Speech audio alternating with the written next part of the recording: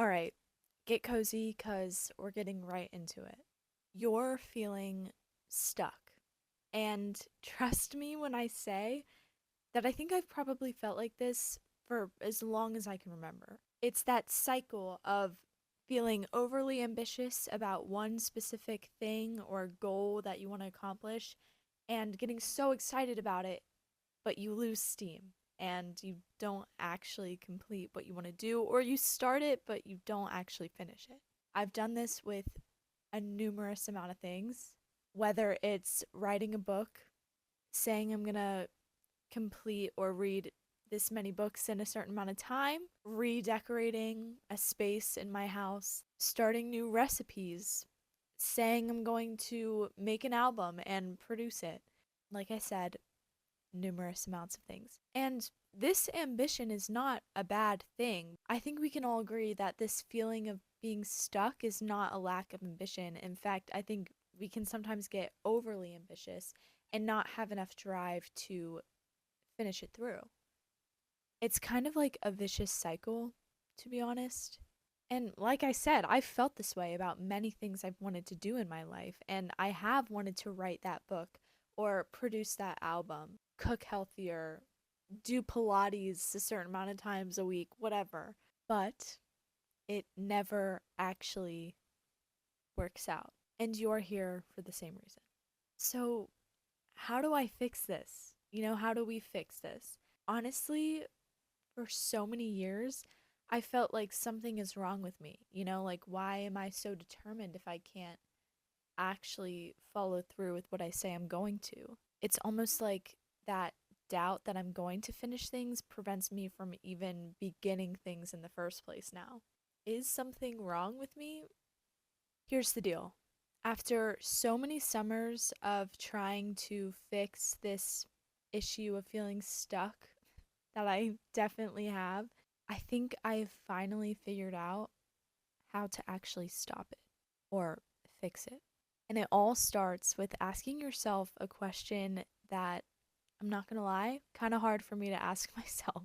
And that is, do you actually want what you are trying so hard to get? For so many years, I have convinced myself that I want to write that book more than anything. I want to release that album more than anything else in the world. And that's why I feel so ambitious about it. And that's why I'm trying so hard to not repeat this vicious cycle.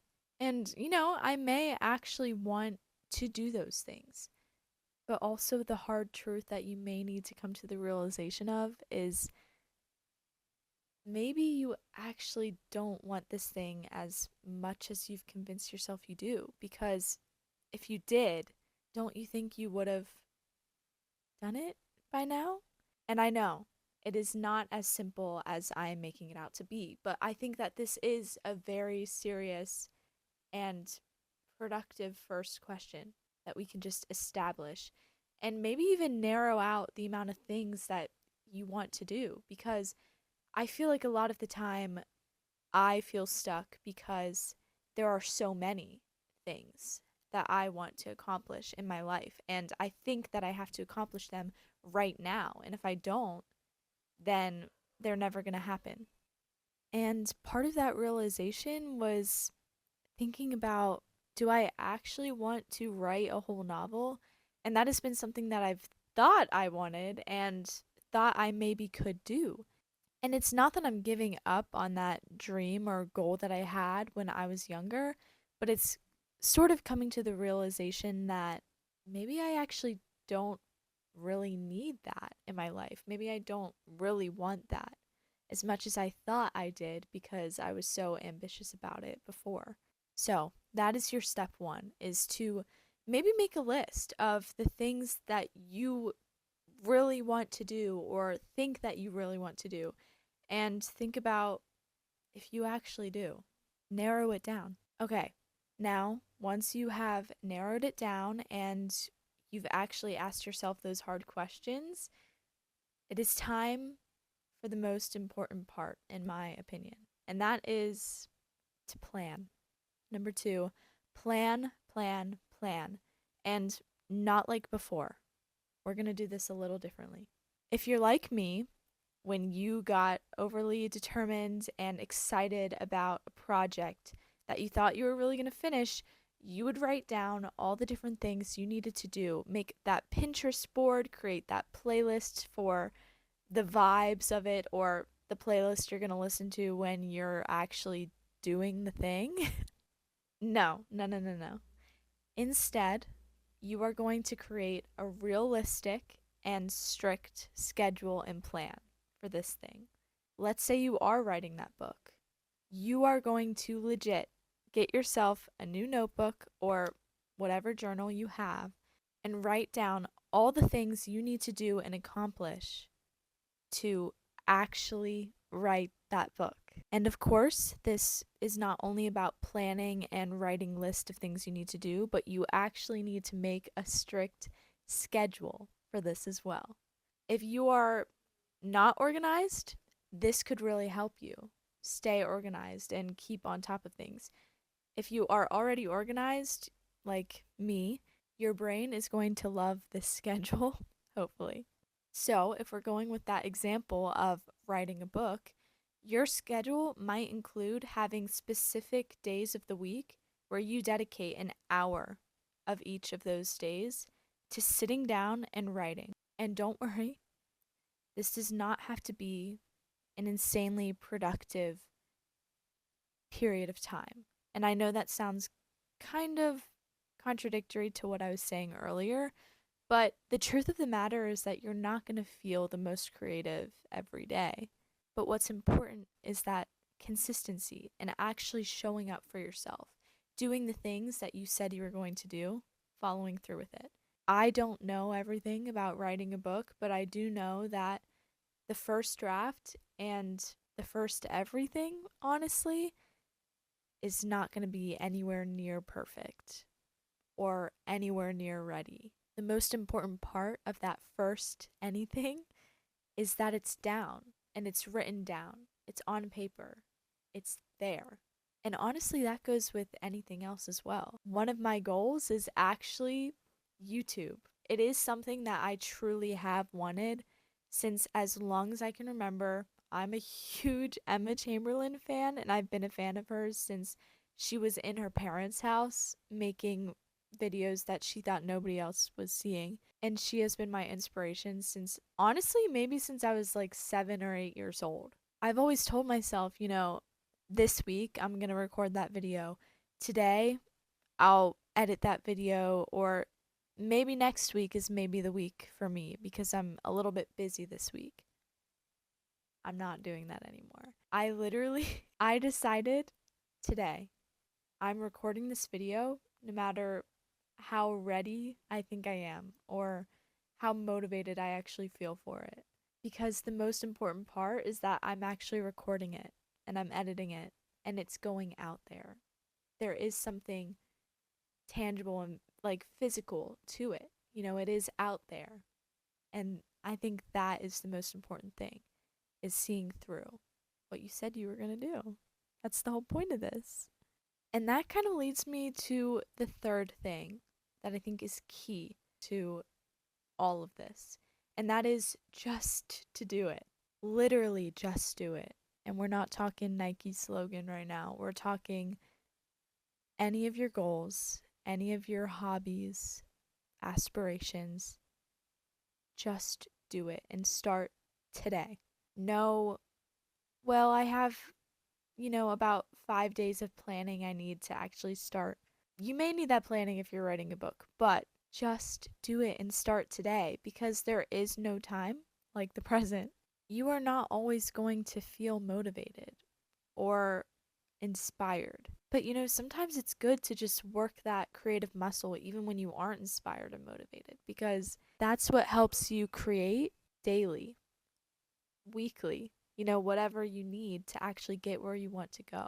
So even though I didn't feel entirely inspired today, I know that this is something I've honestly dreamed of for so long. And when I had just an inkling of inspiration, I knew that I had to sit down and do this because there really is no time like the present. Okay, one last thing on that. Imperfect is better than nothing. It does not need to be perfect. Okay, next. Number 4, and honestly, it's kind of connected to the first two, so maybe it's like a subcategory, is routine. Establishing a routine helps with that consistency and actually moving towards your goal. If you are not a routine oriented person, now's the time to be. It is currently summer vacation for me as a college student, and I'm not gonna lie, routine is not at the forefront. I usually am very routine oriented because I'm pretty type A, but in the summer, things have been lacking, and I've honestly spent the first half of summer not being in routine. And I can tell.